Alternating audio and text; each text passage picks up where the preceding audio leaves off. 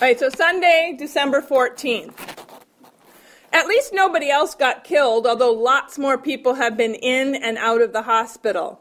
Papa read us the finished papers after dinner today. Wednesday, some 10,000 people crammed into the Armory and the Coliseum. Mr. Rees and Mr. Peterman, lawyers for C&H, were the ones who planned the meetings and spoke to the people. Papa and Mama both say this shows who is really running everything. They talked about how the citizens of the Copper District should rise above the lawless union and show who is better. La-di-da-da. That is how I feel right now. I want to be sassy at somebody so I know I'm still worth something, even if it is wrong to be sassy. Mutty walked with me back to Mr. Edwards' house. Emma, you mustn't take it so personal, he told me. We know who we are. God knows how we really are. That's all that matters. I managed to bite back my tears. Mr. Edwards was in the kitchen when I got there. He actually invited Mutty in. Please, he said, you must come in and warm yourself before you walk home. So Mutty, Mr. Edwards, and I sat at the kitchen table with cups of hot chocolate. Mr. Edwards looked at both of us and said, these are hard times we are living through. Try not to listen too much to the loudest people on either side. Most of us, while we might not approve of the WFM, know that you miners have real grievances. My father once was where your father is now. We know how it is. We know you are good people. Then we talked of school and how a good education will bring about better times. Mr. Edwards shook Mutty's hand before he left. Maud told me something else later. When I went up to our attic room, she said, you know why Mr. Edwards is so fond of you, don't you? When I shook my head, she told me, Mrs. Edwards had a stillborn baby who would have been about your age if she had lived. God has not blessed them with another child. Friday, December 19th. The days are so short this time of year. It is dark until breakfast, barely light when Mr. Edwards leaves for the store, and dark again long before he gets home. The blackness pulls at my heart. I feel like I'm in a deep cave. Mr. McNaughton had said the men had to return to work by today or their jobs would be given to others. There are still about 3,000 men on strike, but some businessmen managed to talk him into waiting until January 1st. That is not much to hope for. A grand jury has been called to investigate all the violence. They began to meet this week. There was even a bill introduced in the Congress in Washington, D.C. to try to get the company to agree to arbitrate. It did not pass. Mrs. Edwards said, I may help trim their Christmas tree tomorrow. We have never had a Christmas tree, even in good times. The Sunday after Thanksgiving, we sang a special hymn in church. It helps us remember that celebrating the birth of Jesus will come soon. St. Thomas Day, when men's work is done, will start tomorrow, but no Christmas tree. Too worldly, our pastor says, and my father agrees. I don't think I will tell my family about helping to decorate Mrs. Edwards' tree. There is one bright little spark of light ahead, though. Big Annie and some of the other women are planning a party for the children at the Italian Hall on December 24th. Papas and Mama can take us girls. Mr. Edwards says I may leave early that day to meet Mama and my sisters at the party. I can hardly wait. Thursday, December 25th. It cannot be Christmas. It doesn't feel anything like it should. I wish yesterday were a horrid dream. I want to wake up, but I am awake. Sunday, December 28th. We buried most of them today. Maybe I'm in that dark place too. My head hurts so much I cannot think. I do not want to think. Monday, December 29th. I woke up crying again last night. Mama came in and held me close. Yenny and Katrie did not even wake up. I don't know why. They were there too, but they did not go to the funerals. Only Papa and I went because of my friend Lempy. Tuesday, December 30th. I sat at our bedroom window staring out at the snow and the long shadows on the ground. I stared at the dark woods that I love in spring and summer, watching the dark night steal over everything. How I want to go away somewhere warm and light. I stared at my journal.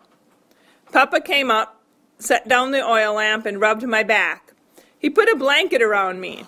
I had not realized I was shivering. For a while he said nothing. Then we talked and finished. "Why did you first start writing about the strike in your journal?" he asked me. "I wanted to sort it all out," I said. "Well, maybe if you sort this out too, writing it there, it will quit hurting your head. Life goes on. You have to go on with it." He rubbed my back for a while longer. I wish he'd put his arms around me like Mr. Edwards did when he came to see if I was all right. But that is not Papa's way of showing he loves me. Papa left the lamp next to me and handed me a newly sharpened pencil. Then he went back downstairs. I heard him tell everybody I could keep the lamp lit as long as I needed to, and to leave me alone for a while so I could sort things out. I really want to try now to put this down and to find my Sisu again. And so in the caption here, here's the front of the Italian Hall, taken the day after the tragedy. The words on top of the building say Società Mutua Beneficenza Italiana, which means the Italian Mutual Benefit Society. The doorway at the left with the stone arch led to the stairwell with the stairs up to the hall above where the arched windows are. And that's the pictures I have up on the board are the same ones here. The Christmas party at the Italian Hall started out so fine, so happy. The big room was crowded with smiling children, 5 or more children for every parent there. We had Papa's union book with us because we were told we would need it, but nobody asked to see it after all. Those stairs, about as wide as Papa is tall. Those stairs.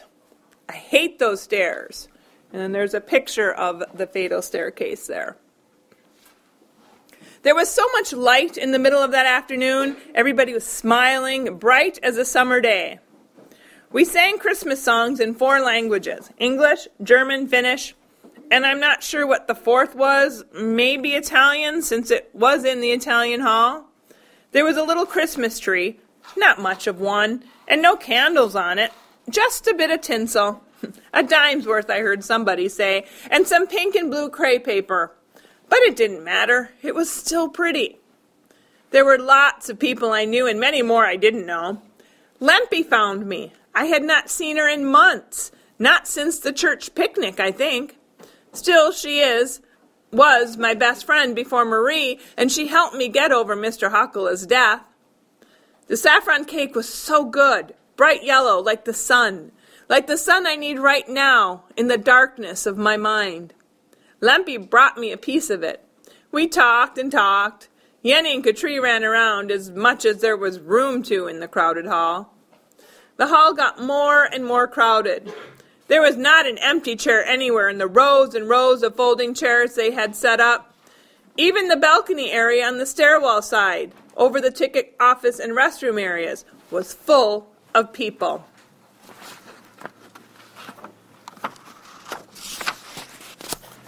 And then there is a picture of the inside of the Italian Hall the day after the tragedy. So we can kind of see what Emma was describing in here. They decided not to do the Mother Goose play they had practiced. Lots of children got anxious to see Santa Claus. They put a chair for Santa up on the stage by the Christmas tree. We were supposed to line up along the far wall and go up a few steps to the stage. After getting our presents, we were to go down the few steps on the other side of the stage and out into a narrow hallway by the restrooms. From that hall, we could go back into the party. Some families went on through the entryway and down those stairs to go home once they got their presents. They were the lucky ones. Some children started pushing and shoving. Big Annie tried to get them all to sit down. Some did, but some didn't. Yenny, Katri, and I were sort of in the middle of the line. Katri was so excited. I guided them along. Lempy was a little way ahead of us. Mama kept smiling at me while she talked with some of the women she knows from the Women's Auxiliary. Finally, we got to the stage. Santa reached into his bag and gave Yenny and Katri each a doll. I am too grown up for a doll, I told him, but I do like candy. He smiled back and handed me a green scarf and mittens along with the candy. This will match that pretty green dress, he said. That dress, my life, both keep changing colors, for the worse. My white confirmation dress dyed green. Well, it matched the season anyway. After that day, Mama had to dye it black for the funerals. When we were at home later, we sat in the kitchen with Iago and Matti. Papa had gone back to the Italian hall with Mama after we got out. Somebody's knocking at the door, Katri said. I went to see who. When I opened the door, there stood Mr. Edwards.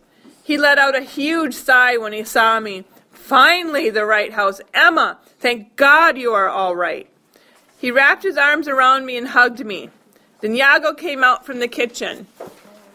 I'm sorry to intrude in your home, Mr. Edwards told him. I went down there to try and see. I kept hearing the name Nimi. I had to know. I've been all up and down the street calling your name. Someone finally pointed to this house. Matti came out of the kitchen and shook Mr. Edwards' hand. Thank you for the oranges. They were a real treat. Mr. Edwards had given me a whole sack of oranges last Saturday. I'm avoiding it again. I must make myself back up. We were still on the stage when we heard the cry, Fire! Fire! People started screaming, running for the door. I grabbed Yenny and Katri. People running for the doors tried to jump over rows of chairs. The last I saw of Lempi was the back of her coat as she disappeared into the crowd at the doors. Crashing chairs, falling tables, people yelling. Yenny and Katri crying for Mama. I looked for her. I grabbed my sisters, held their hands tightly, and jumped from the stage. My heart was pounding. I didn't know whether to run or stay. Yenny and Katri were screaming and pulling at my dress. Then suddenly, Mama was near us. I don't smell no smoke, she said. You stay right here, or I'll thrash you. I'm going to look around. Katri buried her head in my chest. Yenny clung to my shoulders. I put my arms around both of them. Early in the party, Mrs. Sizer had been playing the piano when we sang Christmas carols. She was trying to play it again, trying to calm people down. Begani kept yelling out, telling people to sit down, that there was no fire. The screaming and crashing still sound in my head. The mishmash of faces, people running, arms waving, jamming against one another at the doors, pushing and shoving and pushing and pushing. I saw a little girl fall. Others rushed right over her, trying to get out. Katri and Yenny were hugging me, and they did not see. Maybe that's why. I felt someone grab my shoulder. Emma! It was Mama. Can't get out the main door. It's too crowded. Come this way. She led us along the edge of the stage, through the doors we were supposed to use after getting our presents, into the vestibule, and down the hall to the back of the building. There was a fire escape at the end. I don't remember climbing down, but I must have. A lot of other people followed us. The yelling and screaming in the street in front were worse than what we had heard up in the hall. Men and women who had sent their children with friends or relatives tried to get in. Firemen arrived to find there was no fire. Deputies came with batons thinking there was another riot. Emma, stay close behind me, Mama said. But I lagged behind. I wanted to see if Lumpy was out in the street. I caught a sight of the stairs. People were piled upon people, all in a huge jumble, like a stack of wood piled too high and toppled over. I couldn't see Lumpy anywhere. The things people were yelling. They're trying to kill us all. Deputies won't let people out. They blocked the doors. I put my hands over my ears to shut out the screaming and ran to catch up with Mama and my sisters. Somehow, that green scarf had wound itself around my head and neck, and I saw I was wearing the mittens.